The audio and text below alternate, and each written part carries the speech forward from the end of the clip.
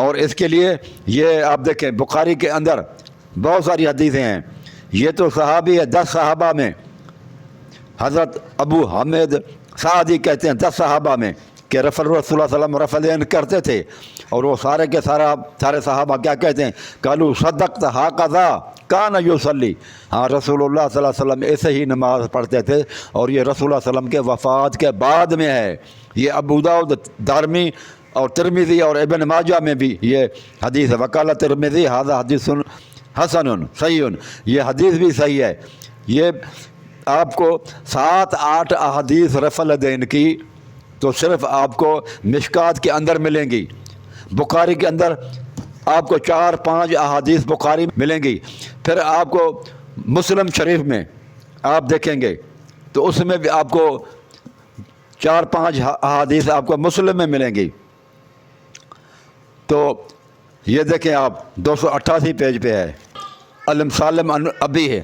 سالم اپنے باپ سے قال رأیت رسول اللہ صلی اللہ علیہ وسلم اذا افتتح الصلاة رفع یدیہ حتی یحاذی منکبہ ہے وَإِذَا أَرَادَ أَن يَرْكَعَ وَبَعْدَ مَا يَرْفَعُ رَأْسَهُ مِنَ الرُّكُوعِ وَلَا يَرْفَعُ بَيْنَ السَّجْدَتَيْنِ. یہ بھی آپ دیکھیں آپ کو 3-4 احادیث یہ آپ کو ملیں گی ابو داؤد کے اندر. یہ مشکات تھی، اس میں آپ کو 7-8 حدیثیں لکھی ہوئی ہیں. اس کے اندر ابو داؤد میں بھی 3-4 احادیثیں ہیں. یہ بخاری کے اندر بھی آپ کو 3-4 احادیثیں آپ کو ملیں گی میرے بھائیوں. اس کے بعد آپ دیکھیں یہ جامعہ ترمذی ہے، اس میں بھی لکھا ہوا ہے ان سالم عن نبی قال رأیت رسول اللہ صلی اللہ علیہ وسلم اذا افتتح الصلاة یرفع یدیہ حتی یحاذی منکبہ ہے وإذا رکع وإذا رفع رأسه من الرکوع وزاد ابن عمر فی حدیث وکان لا یرفع بین السجدتین. اور سجدوں کے بیچ میں نہیں کرتے تھے. رکوع میں جاتے رکوع سے اٹھتے ہوئے شروع کی نماز میں آپ دیکھیں وہی الفاظ ہیں ہر جگہ پہ جو شروع کے نماز آپ پڑھتے ہیں شروع کرتے ہیں رفع الدین کرتے ہیں. جس حدیث پر آپ عمل کرتے ہیں وہ یہی تو حدیث ہے. اس کے پہلے حصے کو آپ لے لیتے ہیں، ایک جز کو لے لیتے ہیں، دوسرے جز کو چھوڑ دیتے ہیں. پھر آپ کہتے ہیں کہ پہلا رفع الدین فرض ہے، پھر دوسرا رکوع والا رفع الدین کرتے ہیں کہ وہ اولا ہے مستحب ہے. یہ کیسی بات ہے؟ الفاظ وہی ہیں، الفاظ وہی ہیں دونوں کے لیے، رکوع والے رفع الدین کے لیے بھی اور وہ جو شروع میں بھی ہے. لیکن وہی الفاظ سے پہلے والے کہتے تھے آپ کو فرض ہے، دوسرا والا کہتے تھے آپ وہ جو نفل ہے. یہ عجیب بات ہے. تو یہ ترمذی کے اندر یہ 4 کتابیں میں دکھا چکا ہوں آپ کو. یہ سنن نسائی بھی ہے، اس میں بھی آپ دیکھیں 321 پیج پہ ہے. یہ وائل بن حجر اور مالک بن حویرث اور پھر یہ عبداللہ بن عمر، یہ جو ہے نا سنن نسائی، اس کے اندر بھی آپ کو یہ 4-5 حدیثیں اس میں بھی ملیں گی آپ کو. سنن نسائی کے اندر بھی میرے بھائیوں 4-5 حدیثیں ہیں اس کے اندر بھی. مالک بن حویرث سے، عبداللہ بن عمر سے، وائل بن حجر سے، یہ ساری روایتیں اس کے اندر بھی آپ کو ملیں گی. یہ دیکھیں یہ مسند امام شافعی ہے 149، 150 اور 151 پر. ان ابی ان رسول اللہ صلی اللہ علیہ وسلم ان سالم ان ابی ان رسول اللہ صلی اللہ علیہ وسلم کان افتتح صلاۃ اذا افتتح صلاۃ رفع یدیہ حذو منکبہ واذا رفع راسہ من الرکوع رفعہما کذلک وکان لا یفعل ذلک فی السجود. یہ آپ اس میں دیکھیں اس میں بھی 5-6 حدیثیں آپ کو ملیں گی. مسند شافعی کے اندر بھی، اس کتاب کے اندر بھی 5-6 احادیث ہیں میرے بھائیوں. تو یہ کتنی حدیثیں ہو گئیں؟ یہ 6 حدیثیں میں دکھا چکا ہوں آپ کو. یہ موطا امام مالک ہے، امام مالک رحمۃ اللہ علیہ. یہ بھی صفحہ نمبر 136 پہ اردو ترجمے کے ساتھ ہے، پیج نمبر 136 میں. یہ موطا امام مالک ہے اس کے اندر بھی میرے بھائیوں. 7 کتابیں دکھا چکا ہوں. یہ مسند حمیدی ہے، یہ پیج نمبر 319 پہ ہے. یہ مسند حمیدی صفحہ نمبر اردو میں ہے 319 پہ ہے. آپ دیکھیں اس کے اندر بھی آپ کو حدیث ملے گی. چند حدیثیں اس میں بھی آپ کو ملیں گی. یہ پھر فتح ربانی ہے، اس میں بھی آپ کو کئی حدیثیں ملیں گی. یہ حضرت علی سے بھی ہے ان علی بن طالب رضی اللہ عنہ رسول اللہ صلی اللہ علیہ وسلم انہ کان اذا قام الی الصلاۃ المکتوبۃ کبر ورفع یدیہ حذو منکبہ. اور یہ حضرت علی سے روایت ہے. عبداللہ بن زبیر سے بھی ہے اس طرح سے. یہ ابو ہریرہ سے ہے عبداللہ بن عمر سے ہے, مالک بن حویرث سے ہے. تو یہ اس میں بھی آپ کو 5-6 حدیثیں ملیں گی فتح ربانی کے اندر. یہ صحیح مسلم ہے میرے بھائی, اس کو بھی آپ دیکھیں گے کہ اس میں بھی آپ کو رسول اللہ صلی اللہ علیہ وسلم کا رفع الدین آپ کو ملے گا. صفحے نمبر 31 پہ ہے یہ صحیح مسلم کے اندر بھی آپ کو, یہ اردو میں ہے, اس میں بھی آپ دیکھ سکتے ہیں چیپٹر نماز کے چیپٹر میں. یہ کتنی کتابیں ہوئیں؟ 10 کتابیں میں آپ کو دکھا چکا ہوں. یہ اب آپ اس کو دیکھیں, 11ویں کتاب ہے یہ سنن دارالقطنی. سنن دارالقطنی کے اندر بھی لکھا ہوا ہے کہ رسول اللہ صلی اللہ علیہ وسلم رفع الدین کرتے تھے. صفحہ نمبر 292 پہ 292. یہ نیل الاوتار ہے, امام شوکانی کی کتاب ہے. اس میں بھی صفحہ نمبر 185 سے لے کر اس کے اندر بھی یہ لکھا ہوا ہے. مختلف صحابہ کرام سے روایتیں ہیں. یہ امام شوکانی نے کتاب لکھی ہے نیل الاوتار.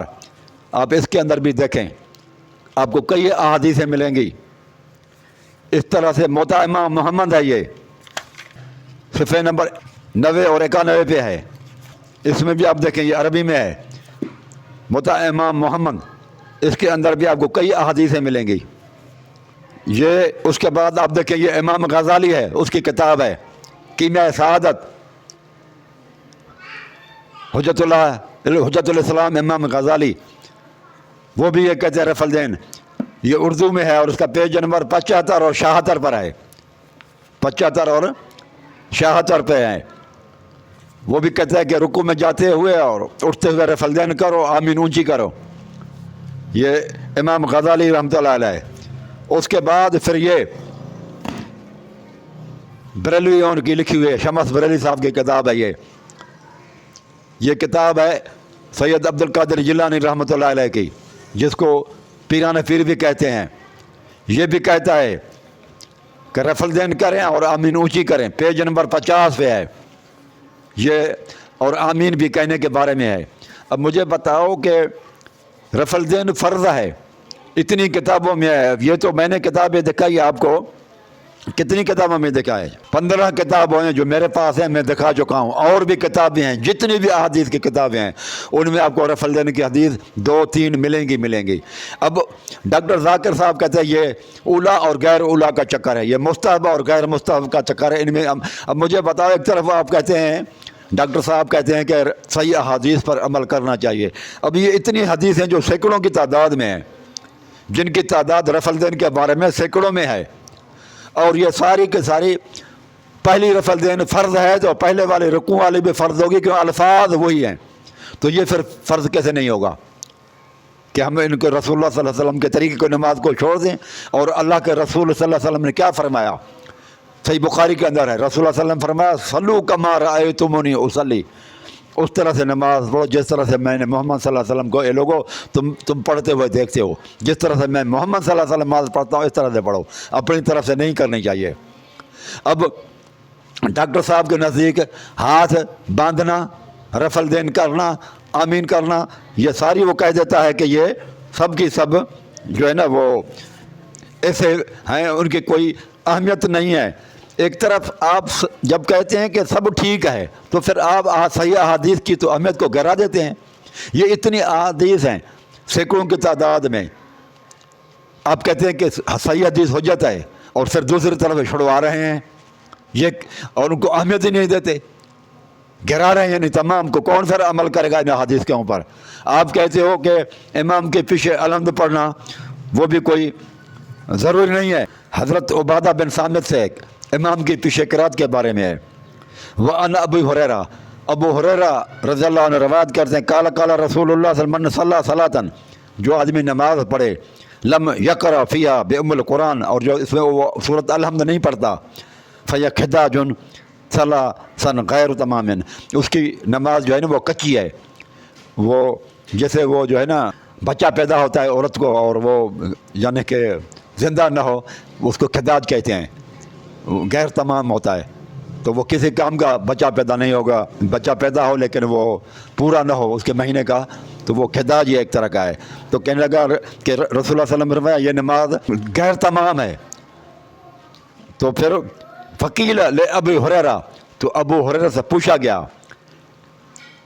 انا نکون وراء الامام، جب ہم امام کے پیچھے ہوتے ہیں تو پھر کیا کریں؟ قال اقرأ بہا فی نفسک، تو اس وقت تم پڑھ لیا کرو اپنے دل کے اندر آہستہ آہستہ آہستہ آہستہ اس وقت ہی پڑھ لیا کرو۔ تو پھر آپ کیسے کہتے ہیں کہ یہ جو ہے وہ ایک طرح کا اولا اور خلاف اولا ہے؟ یہ میں نہیں کر رہا کہ اللہ کے رسول فرماتے ہیں امام کی فی الحمد نہیں پڑھیں گے تو نماز نہیں ہوگی۔ اب آپ دوسری حدیث دیکھیں، آپ یہ ابو داؤد میں بھی ہے، ترمذی میں بھی ہے، نسائی میں بھی ہے۔ وعن عبادہ بن صامت، عبادہ بن صامت کہتے ہیں قال کنا خلف النبی صلی اللہ علیہ وسلم فی صلاۃ الفجر، صبح کی نماز میں رسول اللہ صلی اللہ علیہ وسلم کے پیچھے تھے۔ فقرأ فلما فرغ، تو رسول اللہ صلی اللہ علیہ وسلم نے قرات شروع کی، جب نماز سے فارغ ہوئے تو کہنے لگے کیا تم اپنے امام کے پیچھے نماز میں کچھ پڑھتے ہو؟ تو ہم نے کہا یا رسول اللہ ہاں۔ تو اللہ کے رسول نے فرمایا لا تفعلوا الا بفاتحۃ الکتاب، نہیں کچھ بھی نہیں پڑھا کرو میرے پیچھے۔ نماز کون سی ہے؟ صبح کی ہے۔ امامت کون کرا رہے ہیں؟ اللہ کے رسول۔ نماز صبح کی ہے جس میں اونچی آواز سے قرات کی جاتی ہے۔ تو رسول اللہ صلی اللہ علیہ وسلم پوچھتے ہیں صحابہ سے کچھ میرے پیچھے پڑھتے ہو نہیں پڑھتے؟ تو انہوں نے کہا ہاں اے اللہ کے رسول۔ تو رسول اللہ صلی اللہ علیہ وسلم فرمایا کچھ بھی نہیں پڑھا کرو، لا تفعلوا، کچھ بھی نہیں کرو الا بفاتحۃ الکتاب، مگر الحمد شریف، فإنہ لا صلاۃ لمن لم یقرأ بہا، الحمد شریف کے بغیر نماز نہیں ہوتی وہ شخص کی جو نہ پڑھے تو۔ اب ایک حدیث دکھائیں، صرف میں ایک حدیث کہتا ہوں پھر ہم مانیں گے نا کہ یہ حدیث کا یہ دیکھیں رسول اللہ صلی اللہ علیہ وسلم کا حکم ہے، اور پھر کتنا سخت الفاظ ہیں کہ نماز ہی نہیں ہے۔ تو جو آدمی قائل ہی نہیں ہے نماز کے الحمد شریف کے پیچھے، ان کی نماز ہم کیسے پڑھیں گے؟ ایک ہی حدیث دکھائی جائے جس میں یہ لکھا ہوا کہ رسول اللہ صلی اللہ علیہ وسلم نے، ذاکر نائک سے بھی میں کہتا ہوں، اور وہ لوگ جو امام کے پیچھے الحمد نہیں پڑھتے، سورۃ فاتحہ نہیں پڑھتے، ہم نے آپ کو دکھایا کہ امام کے پیچھے الحمد پڑھنی چاہیے۔ رسول اللہ صلی اللہ علیہ وسلم کی حدیثیں، ابو ہریرہ سے پوچھا گیا، انہوں نے بھی کہا کہ پڑھو۔ صرف ایک حدیث دکھاؤ جس میں یہ لکھا ہوا ہو کہ رسول اللہ صلی اللہ علیہ وسلم نے فرمایا ہو امام کے پیچھے الحمد بھی نہ پڑھو۔ جس طرح سے میں دکھا رہا ہوں ایسے ہی دکھائیں آپ کہ امام کے پیچھے جب ہوں جہری قرات ہو تو اس کے پیچھے الحمد بھی نہیں پڑھو، تو ہم مانیں گے واقعی صحیح بات ہے۔ لیکن ایک بھی حدیث نہیں ہے اس طرح کی کہ رسول اللہ صلی اللہ علیہ وسلم نے فرمایا ہو کہ امام کے پیچھے الحمد بھی نہیں پڑھو۔